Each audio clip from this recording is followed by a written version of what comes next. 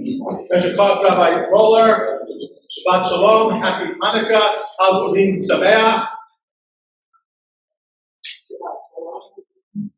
First of all, Emily shared an interesting question as we're going through the procession, and which is actually a fairly important question because it's sometimes puzzling. You may have noticed in our Haftarah this morning that there was a certain name that most of us probably wouldn't assume should be in Jewish sources. Anybody see that name? The Satan. But the Satan is not the devil that he will become in Christian tradition. So we have the Satan here. The Satan also appears in Job. But for us, the Satan is an angel doing God's will. Angels don't have a choice. There's no idea in Judaism, at least in mainstream Judaism, that there can be any power that compete with God.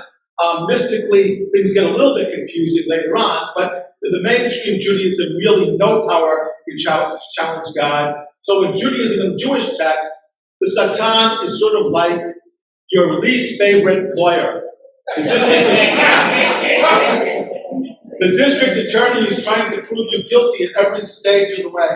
And obviously we need a good advocate to prove that we're innocent. But we have to be our own advocates in that case. Now, I was trying to answer and think about Rabbi Roller's question, which was, how do we tie the Torah reading with with Hanukkah, which actually he asked me the same thing on Thursday when we were meeting, and I told him what I was planning on talking about today, and he said, well, how are you going to tie that to the Torah reading? And I'm not. I don't have a good answer, but there is actually a hint. As Rabbi Roller mentioned, we have the character Peretz, who is probably an identical twin. It's not clear. He could be fraternal with his brother that are born to Tamar. And Peretz is the ancestor of King David. Therefore, he also is the ancestor of Zerubbabel, who we found in our Haftarah this morning. Zerubbabel was an early leader of the exiles as they came back to the land. He vanishes. There's some speculation that the Persian king did not want the revival of the House of David ruling in Israel. It's hard to say, though the House of David, by the way, did remain as the leaders of the Jewish community in Babylonia until the 13th, 14th, or even the 15th century. So the House of David had a long history after the kingdoms were destroyed, and there are still people today descended from the House of David, the Abalakia family, and others as well. So, and if we say that Zerubbabel, Peretz, King David represent, in a sense, the Mashiach, to a degree, the Hasmoneans were seen in messianic terms, having restored the worship of the temple and restored Jewish independence at that time. So there we have a very loose connection between Hanukkah and the Torah reading for today, and what I'm going to talk about today. Obviously, this has been a very disturbing week for many of us, as we saw leaders of our academic institutions not being willing to straightforwardly assign and admit that genocide, or calling for genocide, was somehow wrong wherever it comes from and by whoever it comes from. So that becomes a very disturbing message. But I was thinking about that, and I was wondering if I would talk about that this week. But I actually read something during the middle of the week as well that I want to jump off from, instead of thinking directly about the problem of how we look at people and how we think about genocide, but especially how we think about Hanukkah and what Hanukkah's meaning is today, when 143 people, I think, are still captive in Gaza and the terrible war is still being waged. So how can we think about Hanukkah? What does it mean in a time like this? And I was challenged because up on Facebook, as things tend to pop up, they do, I saw an article by Andy Borowitz, which he called the Festival of Blue. Now, I generally like Andy. I read him fairly religiously. I was sad to see that he's no longer going to be in the New Yorker, as the New Yorker is cutting funding, or cutting its budget. But I found what he wrote very disturbing. Now, to be fair, this was written in 2005, but he posted it again this week on his Facebook page. So, and to me, what he posted was fairly tone deaf and missing the real challenges that Jewish people face at this Hanukkah, at this time, and at this place. So, but as I was reading it, before I got to the end, I actually saw it sounded like my story, though it ended very differently. So I'm not going to read the whole thing, it's 3 pages, but I do want to just summarize it. In his article, Andy talked about growing up in, and he didn't say where, and I think he grew up somewhere in the Midwest, to a totally secular, assimilated Jewish family in which absolutely nothing was done. Not for any of the holidays of the year. Not for Hanukkah, not for Pesach. There was no Jewish content in his family. And which is odd, because in general, even families that do almost nothing still celebrate Hanukkah and still celebrate Pesach. But here in this family, nothing was done. He wasn't bar mitzvahed, he never went to Hebrew school, he never had any kind of Jewish education whatsoever. And for me, I think that was one of the challenges that led to his conclusions and leads to a lot of ignorance among younger Jews today, that we don't do a great job with Jewish education, even for the kids who are lucky enough to have education. But for Andy, he didn't have an education at all. And finally, he heard about how Jewish kids got 8 presents on Hanukkah, and he wasn't getting anything, because they didn't do Christmas either. So no presents. He had his birthday. He got 1 present. It was around Hanukkah. But he thought, wow, if we celebrate Hanukkah, then I can get 9 instead of 8. It seems to be a good logic there. Though I hope we don't listen to Rabbi Roller and give 8 presents or 9 presents that are exactly the same. I think our young people would be very, very upset. And even older people who get gifts for each other would be fairly upset if every night you got a pair of socks. But, so he had this logic, so he went to his father, and his father had grown up in a conservative synagogue, so he knew a little bit. And his mother had grown up totally secular, so she was sort of hostile, and said, why don't we do Hanukkah? And so they decided, so the father said, great, he was sort of excited that one of his kids wanted to do something Jewish. He didn't know the motivation, Andy says. And then, they brought out a Hanukkah, maybe they had one, maybe they bought one, who knows what, you can get them in the supermarket. And they were lighting the candle, and his brother and sister began to laugh, and his mother began to laugh, and they ended up being a disaster. And they never did Hanukkah again. So, and he ends this with the following paragraph. We never attempted Hanukkah again. When I tell the story to my Jewish friends, they feel sorry. Don't I feel a sense of loss having grown up in a household where there were no Jewish traditions? And Andy ends, not at all. True, we Borowitzes may not have been terribly observant in a religious sense, but we embraced the most important aspects of Jewish life. Love, family, and food. Especially on Yom Kippur. He is a comedian and a humorist after all.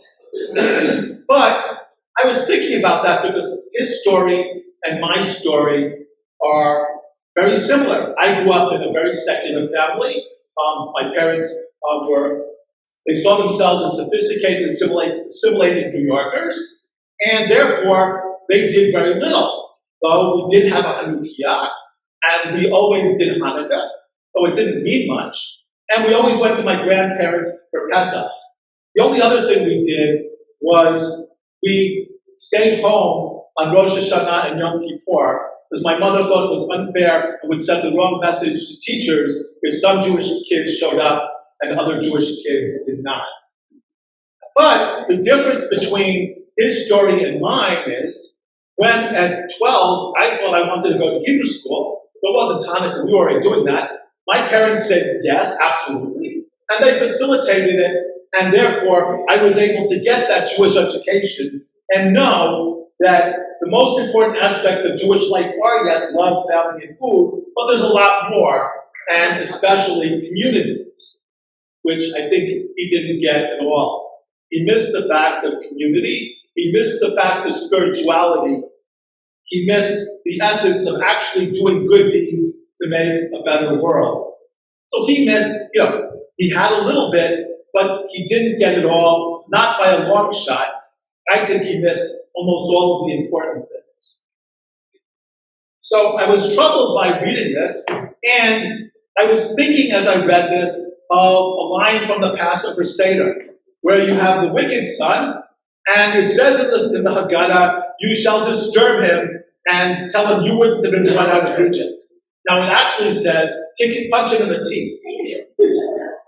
And I wanted to do that. I wanted to punch Andy in the teeth and said, you missed the point. Had you been there, you would not have been redeemed. Well, of course not. He would have been among the Hellenists who missed the point and didn't celebrate with Judah and his brothers as they rededicated the sanctuary. He wouldn't have been there. So I was thinking about what he missed, and I was thinking about the fact of Hanukkah and how he missed the light that menorah, which he could have lit, the Hanukkah that they could have lit, would actually have shown for him and for his family. Reminding themselves of being part of a community, reminding themselves of the light, that symbol of light, which is so powerful in Judaism. And for me, that message and this reading from Andy this week was so disturbing because this is the time when community is so important. This is the time when we need messages of hope, messages of light that are so important. This is the time when we need to come together and remember that Judaism is more than family and food. So I was thinking about that, and it really disturbed me. And I was thinking that, so what are those messages, that symbol of light that he was missing, that could teach us really the essence of Hanukkah beyond the latkes and the family celebration, and he remembers the presents? It's a lot more than that. So what is this symbol of light? Well, light is such an important symbol to us in the Jewish community. It is the first thing God creates. That there was light. God said, let there be light, and there was light. That's the first thing that was created. The rabbis tell us that first light was actually a special light for the tzaddikim, for the righteous of the world, that was first created, and then the sun and the moon were there, and that created a different light. But there was a special spiritual light that was created right at the beginning, and weaves itself all the way through the Torah, all the way through Jewish life until this day. And in fact, in Proverbs it tells us that one essence of that light is that it indeed is Torah. That Torah is the thing that ties us together from the past to the present and into the future. And learning the Torah, learning what it means, and wrestling with it is what it means to be Jewish. Last week we read of Jacob wrestling with Esau, and our scholar in residence talked about the idea of what that meant. And indeed, wrestling is what it is to be Jewish, trying to understand what Torah means in our lives, bringing that light into focus by that action of struggle, by that action of study and observance, and making Torah a reality in the world. So the light that we begin with is the light of Torah. But light as a symbol is found throughout our observance as well. We have Shabbat candles. There was the menorah, the original 7-branch candelabrum that was in the temple. And of course, we have the light of the Hanukkah. And at sad times, we also have lights. We light a candle on the Yizkor, on the anniversary of the death of our loved one on their yard site. And we also light it for Yizkor, each of the major holidays, as we remember those who died. And during the mourning period, we light a light that lasts for the time of Shiva. Those lights remind us that though we're sad, God is still present with us. God is still here if we open our eyes, and we can go on still finding God's presence as we mourn our loved one and learn from the messages and teachings that our loved one has left for us. But the lights of Hanukkah, Shabbat, and the menorah are especially connected with this holiday. All three of them, especially today, as it is Shabbat, Hanukkah. And in our tradition, especially in the mystical tradition, we learn that these lights have different meaning. The light of the Shabbat candles especially is the light of peace. That's why the greeting for Shabbat is Shabbat Shalom. Shabbat is the day when we rest. Shabbat is the day when we try not to create and we try not to destroy. It's the essence of peace. It's the essence of reminding us that we're all part of a Jewish family. We're all part of a human family. And as we light those lights, we connect with that globally. And we remember the importance of community. We remember the importance of humanity. And that's why Echad Ha'am said, more than the Jewish people has kept Shabbat, Shabbat has kept the Jewish people. Each week, we're reminded of that connection of Jews one to another, of human beings one to another, as we celebrate creation and realize that we're all part of creation. And the light of Shabbat allows us and welcomes us into that message of Shabbat. Now, the light of the Beit HaMikdash was different. The seven-branch candelabrum was kept in the Holy of Holies, and therefore, to some degree, was invisible. But the rabbis tell us that the Holy of Holies actually had windows. And the windows were narrow on the inside, but wide on the outside, therefore allowing the light from the menorah to be seen by people as they stood in the temple court. And because of the way the windows were created, the light was as bright, well, that's what they say at least, as the sun. Probably not that bright, but it doesn't matter. The light was so bright that the people were awed and felt God's presence because of the light that was in the Holy of Holies. And God's presence, according to mystical tradition, was brought down through the light of the menorah. The menorah celebrated the idea that the Beit HaMikdash, the temple, was God's home, that the world is God's home. As God is brought down, we find God by spiritually looking up, by spiritually trying to connect with that which is beyond all of us. But then they say, what about the light of the Hanukkah? Well, unlike the menorah that was in the temple, the Hanukkah is lit at night. The Hanukkah is not lit in a closed room, but should be lit in an open room, in a window for all to see. And it lights up the night. And according to the mystical tradition, this light is not the light of God that we find by looking up.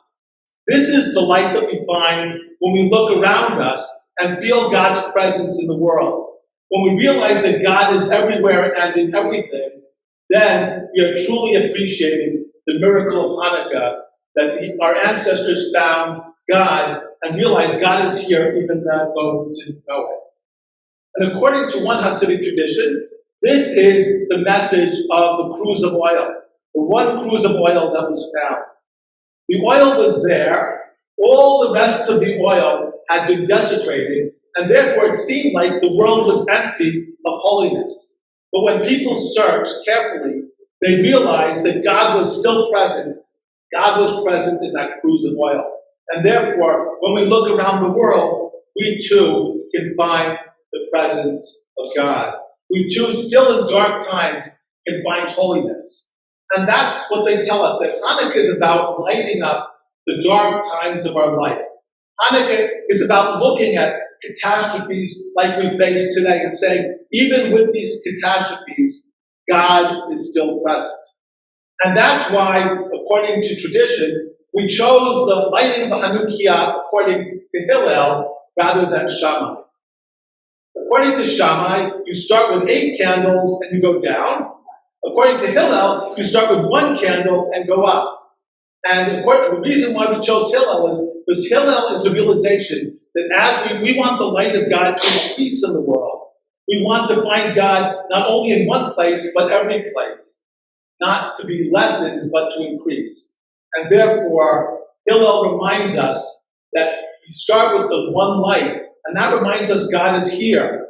But on the second night, it's broader, and finally by the eighth night, we recognize that God is everywhere. That there is indeed hope in the world, that we can lighten the darkness, and we can actually look ahead to a fulfillment where the world is better, where people live in peace, where that message of Shabbat is enshrined in everything we do. And finally, the rabbis remind us that one of the traditions of Hanukkah is to put the candelabra in the window to advertise the miracle. This year, for people, that's been problematic, as anti-Semitism is on the rise, and people are worried, what happens if my neighbors know that I'm Jewish? But for me, this is the most important year when we actually put our candles in our windows. Because we're connecting with each other, and we're saying that light is still present, and we're not ashamed or afraid, but we want to celebrate that light. But even more importantly, I was reminded, well, not necessarily more importantly, but I was reminded of two, one was a movie and one was a book. The movie was Tie a Yellow Ribbon, and which was about, it was an old Western with John Wayne. They put the yellow ribbon around the old oak tree, and when you come home, that celebrates the idea of coming home. And for me, that was part of the message, that yellow ribbon, that light for the candles. But even more so, when I was a kid, I read a book by a Hungarian author named Kate Saradi, who wrote about World War I in Hungary. And the family at the center of the novel had an uncle, and in Hungary, it's always an Uncle Martin for some reason. And Uncle Martin was in the army, and the family put a candle in their window, and the candle was there and was going to be left there until Uncle Martin came home. So maybe we should think about leaving our Hanukkah in the windows, maybe even lit, until the hostages are home, as a way that we bring that hope that we find from the candles, from all our Jewish candles, the hope we find from the light of creation, that someday all of those hostages will be home, and someday all the people of the world will learn, not by might and not by power, but by spirit, where all people can live in peace.